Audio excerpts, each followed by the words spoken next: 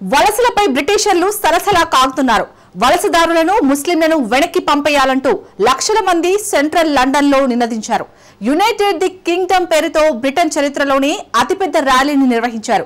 ఈ ఆందోళనకు సామాజిక కార్యకర్త టామీ రాబిన్సన్ నాయకత్వం వహిస్తున్నాడు.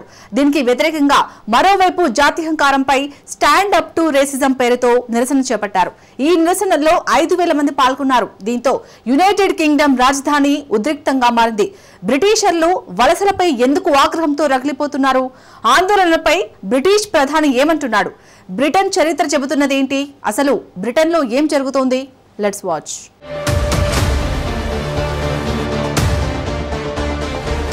వలసదారులపై ఆంగ్లేయులు పగబట్టారా? వలసలపై యూకే చరిత్ర ఏం చెబుతోంది? బ్రిటన్ పేద దేశంగా మారడం ఖాయమా? బ్రిటన్ ఒకప్పుడు ప్రపంచాన్ని శాసించింది.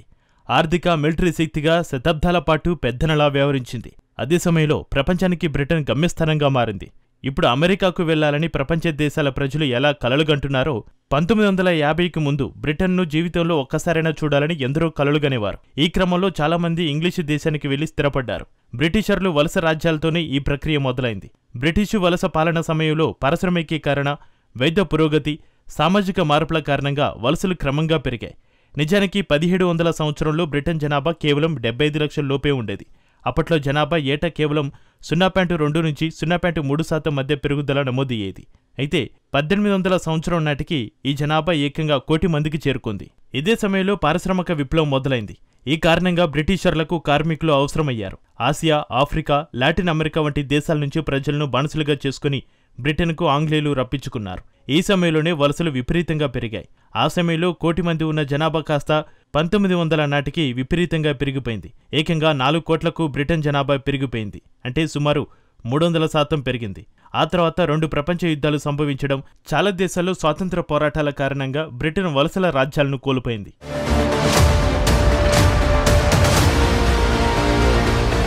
2000 సంవత్సరంలో బ్రిటన్కు వలసలు విపరీతంగా తగ్గాయి.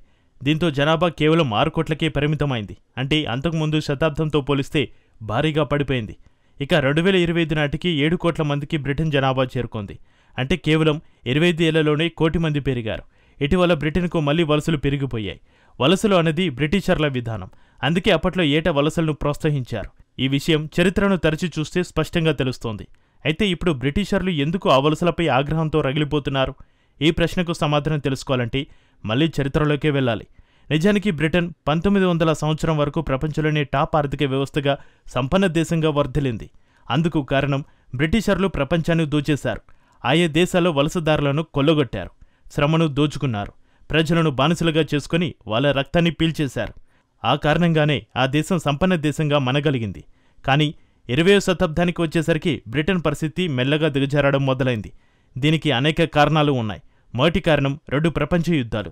మొదటి ప్రపంచ యుద్ధం 1914 నుంచి 1918 వరకు కొనసాగింది. ఈ యుద్ధంలో బ్రిటన్ విజయం సాధించింది. కానీ ఆర్థికంగా భారీ నష్టాన్ని చవిచూస్తుంది. యుద్ధం కోసం భారీగా రుణాలను తీసుకుంది.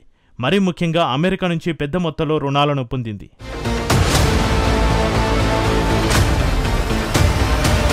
ఫస్ట్ వరల్డ్ వార్ కారణంగా బ్రిటన్లో పారిశ్రామిక ఉత్పత్తి తగ్గిపోయింది. ఎగుమతులు పడిపోయాయి. ఆ దేశ వాణిజ్యం పడిపోయింది. అదే సమయంలో బ్రిటన్ ఆర్థిక ఆధిపత్యం బలహీనంగా మారింది. అదే సమయంలో అమెరికా, జపాన్ దేశాలు ఆర్థికంగా బలపడ్డాయి. మొదటి ప్రపంచ యుద్ధం ఘోరమైన పరిస్థితుల నుంచి బ్రిటన్ కోలుకుంటున్న సమయంలోనే 2వ ప్రపంచ యుద్ధం పిడుగుపడింది. ఈ యుద్ధం 1939లో మొదలై 1945లో ముగిసింది. అప్పటికే ములిగే నక్కలా బ్రిటన్ ఆర్థిక వ్యవస్థ మారింది. ములిగే నక్కపై తాటికాయపడిన చందంగా మారింది. 2వ ప్రపంచ యుద్ధం దెబ్బకు ఆ దేశ ఆర్థిక వ్యవస్థ మరింత పతనమైంది. దేశంలోని కీలకమైన ప్రాంతాలతో పాటు రాజధాని లండన్పై బాంబు దాడులతో ధ్వంసమైంది. అప్పట్లో అమెరికా నుంచి లెండ్ లీజ్ పద్ధతిలో భారీగా అప్పులు చేసింది. ఈ అప్పులు ప్రపంచాన్ని శాసించిన దేశాన్ని తీరని ఆర్థిక సుడిగుండంలోకి నెట్టింది. దాదాపు బ్రిటన్ దివాలా తీసే స్థాయికి చేరింది. యుద్ధం ముగిసిన 1/2 శతాబ్దం వరకు ఈ అప్పులే బ్రిటన్ చెల్లించాల్సి వచ్చింది. 2 ప్రపంచ యుద్ధాలు జరగడానికి ముందు వరకు, అంటే 1914 వరకు బ్రిటన్ ప్రపంచంలోనే అతిపెద్ద వలస సామ్రాజ్యంగా ఉండేది. Bharat, Africa, Australia, Latin America అంతటా విస్తరించి ఉండేది. మొదటి ప్రపంచ యుద్ధం తర్వాత అన్ని దేశాల్లోనూ స్వాతంత్ర పోరాటాలు మొదలయ్యాయి. బ్రిటన్ వలస సామ్రాజ్యం క్రమంగా పతనమవుతూ వచ్చింది.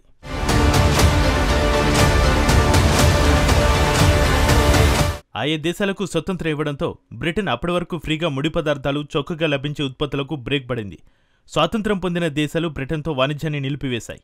అదే సమయంలో అమెరికా, చైనా ప్రపంచ వాణిజ్యానికి గమ్యస్థానాలుగా మారాయి. 1980 వరకు వలసలను ఆదాయంగా మార్చుకున్న బ్రిటన్కు ఆ వలసలే భారంగా మారాయి. వలస నిర్వహణకు అవుతున్న ఖర్చులు బ్రిటన్ ఆర్థిక వ్యవస్థకు గుదిబండలా మారాయి. 20వ శతాబ్దం వరకు పారిశ్రామిక రంగంలో కింగ్గా బ్రిటన్ కొనసాగింది. కానీ ఆ తర్వాత ట్రెండ్లో బ్రిటన్ కొట్టుకుపోయింది.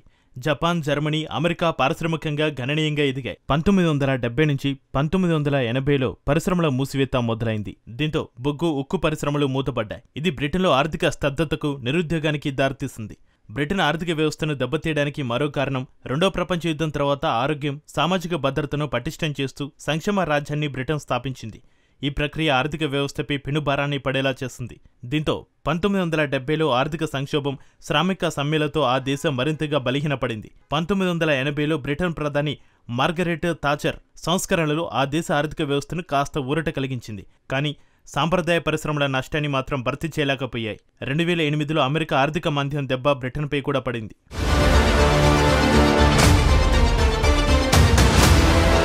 అప్పటి వరకు ఎలాగాలగా నెట్టుకొస్తున్న బ్రిటన్కు అమెరికా మాంద్యం కోలుకోలేని దెబ్బతీసింది. నిజానికి 1980లో పరిశ్రమలు మూతపడ్డాయి. దీంతో ఉత్తర ఇంగ్లాండ్, స్కాట్లాండ్, వెల్స్లో నిరుద్యోగం పెరిగిపోయింది. ఈ ప్రాంతంలో కార్మికుల కుటుంబాలు ఆర్థికంగా చితికిపోయాయి. బ్రిటిషర్లలో ఆర్థిక అసమానతలు పెరిగాయి. జీవన వ్యయం పెరుగుదలను తక్కువ ఆదాయ కుటుంబాలు తట్టుకోలేకపోయాయి. ఇక వలసలతో బ్రిటన్లో హౌసింగ్ సంక్షోభం నెలకొంది. దీంతో అద్దెలు విపరీతంగా పెరిగిపోయాయి. పుండు మీద కారం చల్లినట్లుగా 2020లో బ్రెగ్జిట్ పేరుతో యూరోపియన్ యూనియన్ నుంచి బ్రిటన్ వైదొలిగింది. దీంతో సమస్యలు మరింతగా ముదిరాయి. 2020లో ద్రవ్యోల్బణం విపరీతంగా పెరిగింది. నిత్యావసరాల ధరలు దారుణంగా మారాయి. కనీస అవసరాలకే బ్రిటిషర్లు ఎక్కువగా వెచ్చించాల్సిన పరిస్థితి ఏర్పడింది. దీంతో ఆ సమయంలో పేదరికం అధికమైంది. ప్రస్తుతం జనాభాలో సుమారు 1,45,00,000 మంది పేదరికంలోకి వెళ్లిపోయారు. ప్రస్తుతం బ్రిటన్లో 13% కుటుంబాలు కనీసం ఇళ్లను హీటు చేసుకోలేక అవస్థలు పడుతున్నాయి. బ్రిటన్లో ఎప్పుడు మంచు, చల్లటి గాలులు వీస్తాయి. ఈ కారణంగా బ్రిటిషర్లకు హీటర్లు తప్పనిసరి. పైగా అరకొర ఉద్యోగాలు ఉన్నా వలసదారులు తన్నుకుపోతున్నారు. అందుకు కారణం అవి తక్కువ జీతాలున్న ఉద్యోగాలు. ఉద్యోగం ఏదైనా పర్లేదని వలసదారులు భావిస్తున్నారు. ఈ కారణంగా వలసలపై బ్రిటిషర్లు ఆగ్రహంతో రగిలిపోతున్నారు.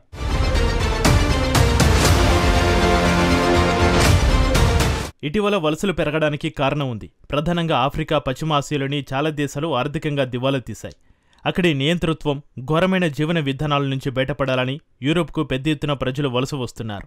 ఈ క్రమంలో ఈ ఏడాది బ్రిటన్కు ఇప్పటివరకు 28,000 మంది వలస వచ్చారు. బ్రిటన్కు వచ్చే వారిలో చాలామంది ఆశ్రయం కోరుతున్నారు. వచ్చిన వలసదారులను తాత్కాలికంగా హోటల్లో బ్రిటన్ ప్రభుత్వం ఉంచుతోంది. ఇది ఆర్థికంగా ఆ దేశానికి భారంగా మారుతోంది. తమకు ఉండేందుకు ఇల్లు లేక, తినడానికి తిండి లేక అల్లాడుతుంటే వలసదారులను మాత్రం హోటల్లో ఉంచడాన్ని బ్రిటిషర్లు జీర్ణించుకోలేకపోతున్నారు. పైగా వచ్చే వలసదారులు ఎక్కువగా ముస్లింలే కావడంతో తమ జాతి గుర్తింపు, సంస్కృతి విలువలు ప్రమాదంలో పడుతున్నాయని బ్రిటిషర్లు వాదిస్తున్నారు. ప్రస్తుతం బ్రిటన్లో ముస్లింల జనాభా ఏకంగా 40 లక్షల మందికి చేరింది. అంటే యూకే మొత్తం జనాభాలో 6% మంది ముస్లింలు ఉన్నారన్నమాట. 2050 నాటికి ముస్లింల జనాభా 1,40,00,000 మందికి పెరుగుతుందన్న అంచనాలు వెలువడుతున్నాయి. ప్రధానంగా పాకిస్తాన్ నుంచి వచ్చిన ముస్లిం వ్యక్తుల లైంగిక దాడులు ఎక్కువ అయ్యాయంటూ బ్రిటిషర్లు ఆరోపిస్తున్నారు. తమ పిల్లలకు సామాజిక భద్రత కరువైందంటున్నారు. తమ ఉద్యోగాలు పోతున్నాయని మండిపడుతున్నారు.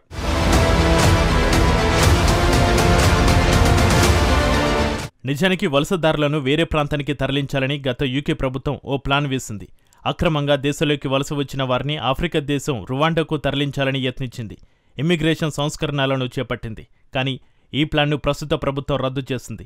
ఇక లండన్లో నిర్వహించిన వలస వ్యతిరేక ప్రదర్శనలకు టామీ రాబిన్సన్ నాయకత్వం వహించాడు. ఇతడి అసలు పేరు స్టీవెన్ యాక్స్లీ లెన్నన్. జర్నలిస్టుగా పనిచేస్తున్న రాబిన్సన్కు ప్రపంచ కుబేరుడు ఎలన్ మస్క్ లాంటి వారు మద్దతిస్తున్నారు. అయితే ప్రదర్శన సమయంలోనే మరోవైపు జాత్యహంకారానికి వ్యతిరేకంగా మరో 5,000 మంది నిరసనలకు దిగారు. సమాజంలో సమానత్వం, ఐక్యతను ప్రోత్సహించాలని డిమాండ్ చేశారు. పలు జాతులు, సంస్కృతుల ప్రజలు దేశంలో సామరస్యంతో జీవించాలని పిలుపునిచ్చారు. ఈ రెండు గ్రూపుల మధ్య ఎలాంటి ఘర్షణలు తలెత్తకుండా పోలీసులను భారీగా మోహరించారు.